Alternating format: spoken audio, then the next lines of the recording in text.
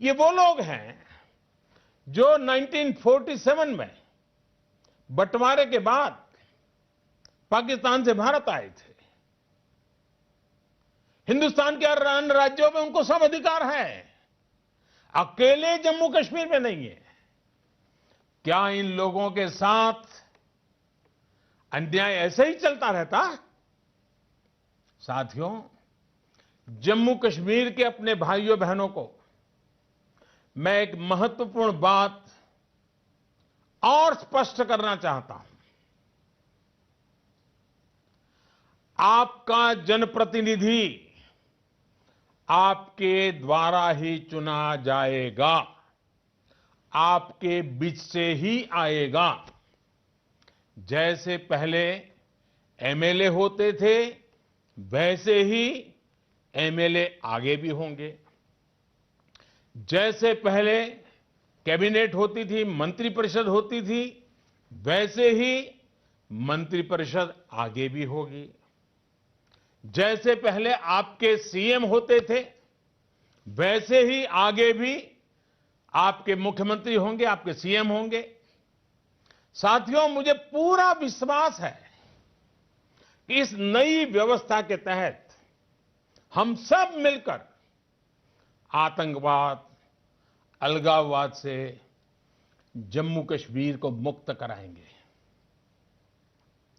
जब धरती का स्वर्ग हमारा जम्मू कश्मीर फिर एक बार विकास की नई ऊंचाइयों को पार करके पूरे विश्व को आकर्षित करने लगेगा, नागरिकों के जीवन में ईज ऑफ लिविंग बढ़ेगी, नागरिकों को जो उनके हक का मिलना चाहिए वो बेरोक टोक मिलने लगेगा। शासन प्रशासन की सारी व्यवस्था जनहित कार्यों को तेजी से आगे बढ़ाएगी। तो मैं नहीं मानता कि केंद्र शासित प्रदेश, यूनियन टेरिटरी की व्यवस्था जम्मू कश्मीर के अंदर चलाए रखने की जरूरत पड़ेगी।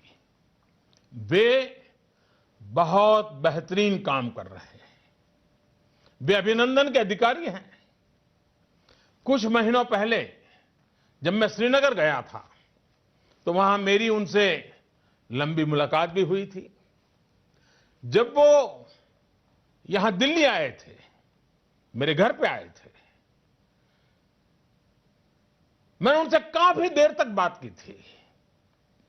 पंचायत के इन साथियों की वजह से, चुने हुए पंचायत के पंच और प्रधान के वजह से जम्मू कश्मीर में बीते दिनों ग्रामीण स्तर पर बहुत तेजी से काम हुआ है।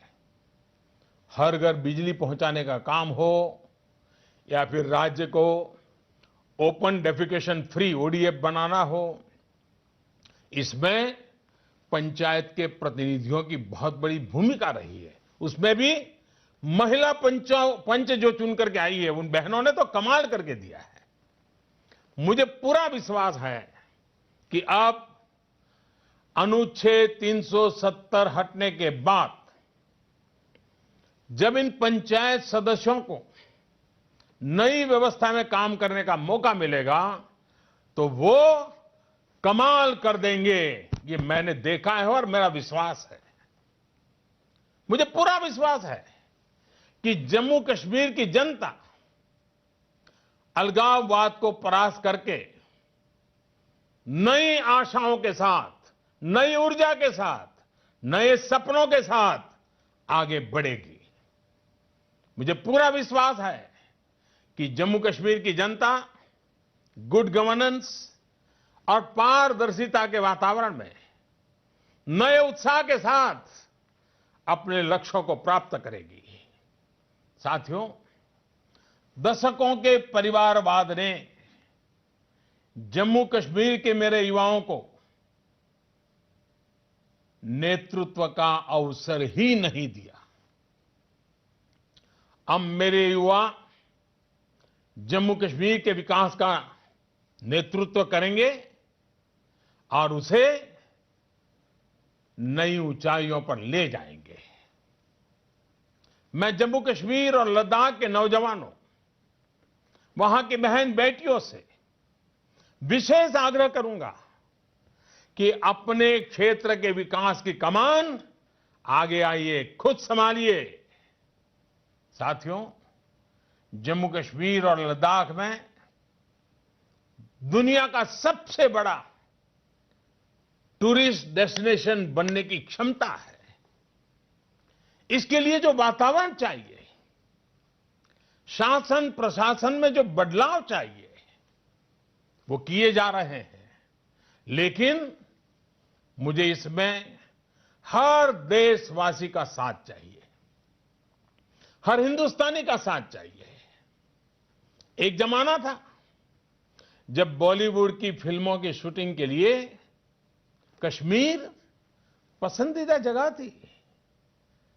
उस दौरान शायद ही कोई फिल्म बनती हो जिसकी कश्मीर में शूटिंग न होती हो।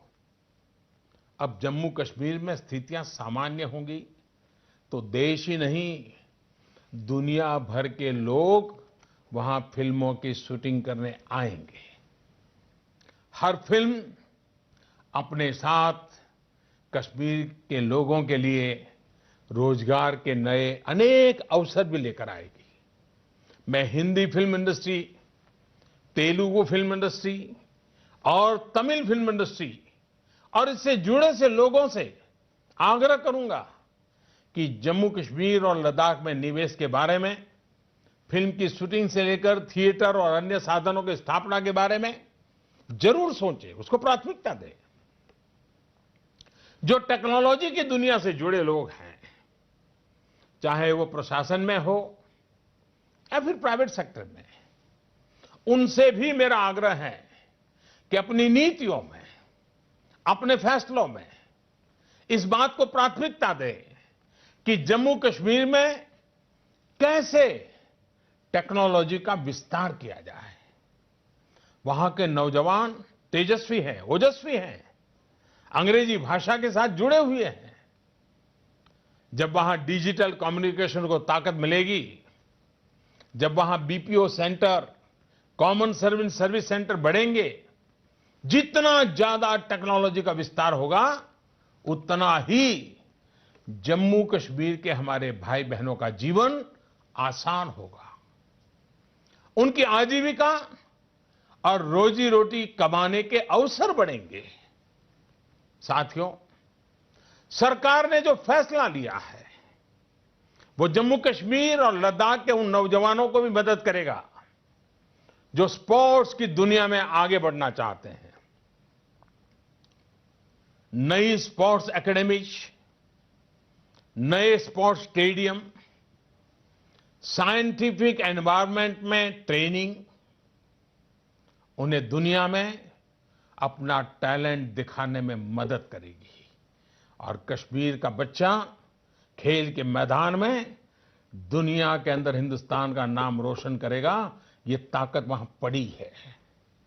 साथियों, जम्मू कश्मीर के केसर का रंग हो या कहवा का स्वाद, सेब का मीठापन हो या खुबानी का रसीलापन, कश्मीरी शॉल हो या फिर कलाकृतियां, लद्दाख के ऑर्गेनिक प्रोडक्ट हो या हर्बल मेडिसिन, इसका प्रसार दुनिया भर में किए जाने की जरूरत है।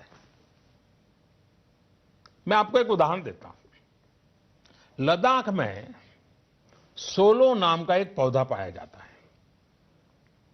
जानकारों का कहना है कि ये पौधा हाई एल्टीट्यूड पर रहने वाले लोगों के लिए, बर्फीली पहाड़ियों पर तैनात सुरक्षा बलों के लिए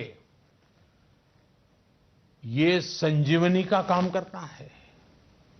कम ऑक्सीजन वाली जगह पर शरीर के इम्यून सिस्टम को संभाले रखने में इसकी बहुत बड़ी भूमिका है। सोचिए, ऐसी अद्भुत चीज दुनिया भर में बिकनी चाहिए कि नहीं बिकनी चाहिए? कौन हिंदुस्तानी नहीं चाहेगा? और साथियों, मैंने तो सिर्फ एक का ही नाम लिया है। ऐसे अनगिनत पौधे, हर्बल प्रोडक्ट जम्मू कश्मीर और लद्दाख में बिखरे पड़े हैं। उनकी पहचान होगी, उनकी बिक्री होगी, तो इसका बहुत बड़ा लाभ वहां के लोगों को मिलेगा, विशेषकर वहां के किसानों को मिलेगा। इसलिए मैं देश के उद्यमियों को, एक्सपोर्ट से जुड़े लोगों से, फूड प्रोसेसिंग सेक्टर से जुड़े लोगों से आग्रह करूंगा कि जम्मू कश्मीर और लद्दाख के स्थानीय प्रोडक्ट्स को दुनिया भर में पहुंचाने के लिए आगे आए। साथियों, यूनियन टेरिटरी बन जाने के बाद अब लद्दाख के लोगों का विकास भारत सरकार की स्वाभाविक जिम्मेदारी बनता है। स्थानीय प्रतिनिधियों, लद्दाख और करगिल की डेवलपमेंट काउंसिल के सहयोग से केंद्र सरकार विकास की तमाम योजनाओं का लाभ अब और तेजी से पहुंचाएगी।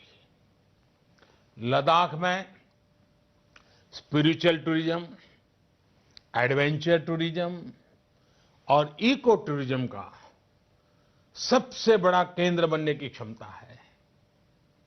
इतना ही नहीं, सोलर पावर जनरेशन का भी लद्दाख बहुत बड़ा केंद्र बन सकता है। सोलर रेडिएशन में हिंदुस्तान में लद्दाख की धरती अव्वल नंबर पे है। अब वहां के सामर्थ्य का उचित इस्तेमाल होगा और बिना भेदभाव विकास के लिए नए अवसर बनेंगे। अब लद्दाख के नौजवानों की इनोवेटिव स्पिरिट को बढ़ावा मिलेगा। उन्हें अच्छी शिक्षा के लिए बेहतर संस्थान मिलेंगे। वहां के लोगों को अच्छे अस्पताल मिलेंगे। इंफ्रास्ट्रक्चर का और तेजी से आधुनिकीकरण होगा। साथियों, लोकतंत्र में यह भी बहुत स्वाभाविक है कि कुछ लोग इस फैसले के पक्ष में हैं और कुछ को इस पर मतभेद है।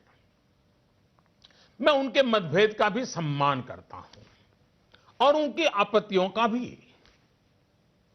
इस पर जो बहस हो रही है उसका केंद्र सरकार जवाब भी दे रही है, समाधान करने का प्रयास भी कर रही है और यह हमारा लोकतांत्रिक दायित्व है।